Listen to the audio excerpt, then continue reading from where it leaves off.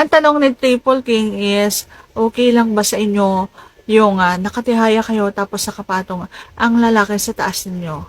So yun lang ating pag-uusapan for today's video. Interesado ka bang malaman kung ano ang kasagot? Please keep on watching. Pero bago yan, kung bago ka pa lang sa akin channel, please consider to like this video and subscribe my channel.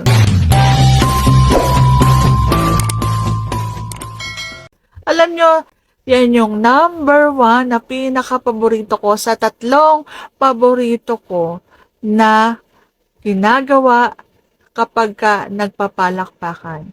Okay? So, nag-iingat tayo guys sa mga sinasabi nating pangalan ha. So, kapag ka sobrang malalim na, palawakin na lang ninyo ang inyong mga imahinasyon.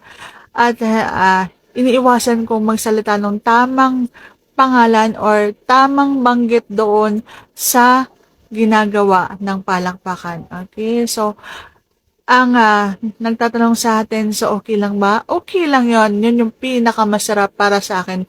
Dahil hindi ako napapagod dyan sa nakahiga lamang or nakatihaya lamang.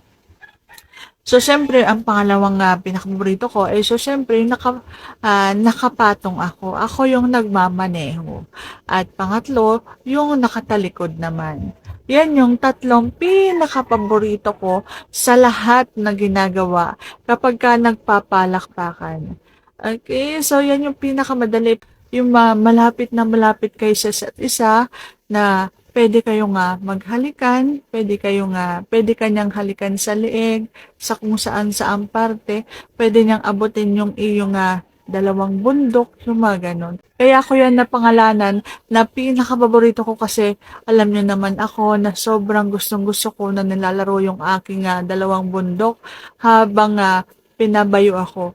So kung halimbawa magkaharap lang or nakapatong lang ang lalaki sa taas, so siyempre mas masarap yan at mapaparating ako niyan doon sa pinakadulo.